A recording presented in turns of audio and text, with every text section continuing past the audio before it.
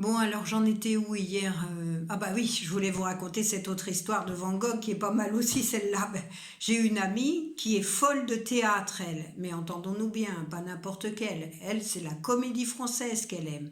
Elle ne va que là. Elle est classique, comme on dit. Mais alors, elle connaît tous les acteurs par leur nom, elle sait lequel couche avec laquelle, enfin tout. La comédie française, c'est comme une seconde famille pour elle. Et puis, elle a l'esprit avant-garde, hein. Elle, je suis sûre qu'elle rattrapera Van Gogh, il n'y a pas de danger.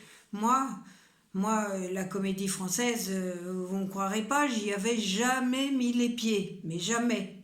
Et l'autre jour, il n'y a pas longtemps, je rencontre Josette, ça faisait un bout de temps qu'on ne s'était pas vu, alors on se raconte ça et ça, et puis tout à coup, elle me dit, il y a mon Pierrot qui s'est foulé le pied, c'est son mari, il ne pourra pas venir, j'ai 2 places à la comédie pour Bérénice, dans une nouvelle mise en scène d'un type extra, Olivier Py, il paraît que on n'a jamais vu ça te plairait.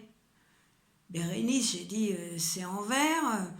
Bien sûr, c'est du Racine, mais je comprendrais. Bah, pourquoi tu comprendrais pas? T'es pas idiote, non? Mais j'ai jamais entendu de pièce en vers.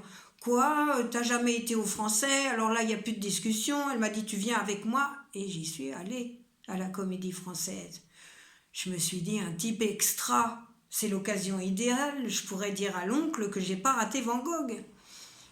Alors, d'abord, j'ai pensé que j'allais lire Bérénice avant de l'entendre. Comme ça, si je comprendrais mieux une fois que j'y serai.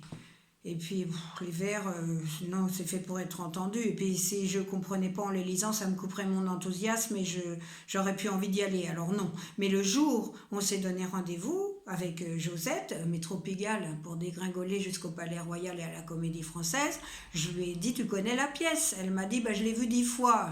Alors, je lui ai dit, bah, tu vas me la raconter en y allant, comme ça, eh ben, je suivrai mieux si jamais les vers. Elle me dit, tu veux que je te la raconte? Ben, c'est facile, c'est la pièce de Racine où il se passe le moins de choses. Voilà, tu t'appelles Bérénice, tu habites Massy-par-les-Eaux et tu as connu Manu il y a 5 ans. Quel Manu? Je lui dis, ben, le nôtre, Macron, le président. Je te fais une comparaison pour que tu comprennes la situation. Bérénice, elle était reine de Palestine, je crois, oui, c'est ça. Et Titus, c'était le fils de l'empereur Vespasien. Oui, ben justement, celui des... Enfin, Titus avait connu Bérénice en Palestine. Titus, c'est Emmanuel, toi, t'es reine de Massy-Palaiseau, si tu veux. Et vous vous êtes connus il y a 5 ans, quand il était ministre des Finances, il venait souvent à Massy, là, coup de foudre, tu aimes Emmanuel, il t'aime, et puis ça dure 5 ans. Et paf, là-dessus, il devient président. Alors Titus, lui, il devient empereur parce que Vespasien a cassé sa pipe. Et Manu, il t'avait dit, si je suis président, ma petite Bérénice, je te fais présidente. Boum, le voilà président. Tu t'amènes à Paris pour le mariage. Mais voilà.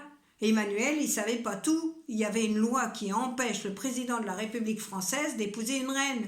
Et en plus, une reine de Massy-Palaiseau, une étrangère. Oui, mais Manu, il est déjà marié. Oui, mais c'est pas le sujet. Imagine qu'il est célibataire. Un président célibataire qui se marie, il peut pas épouser quelqu'un d'autre qu'une Parisienne. C'est comme ça, c'est la loi. Massy-Palaiseau, c'est pas loin, mais c'est pas Paris.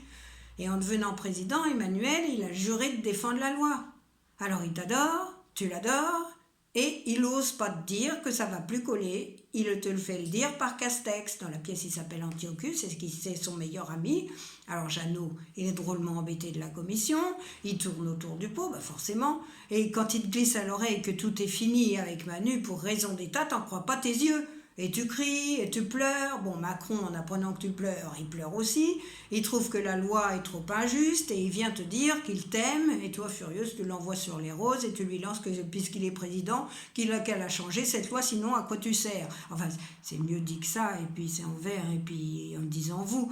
Mais il répond que la loi, il ne peut pas la changer, alors toi, tu décides de te tuer.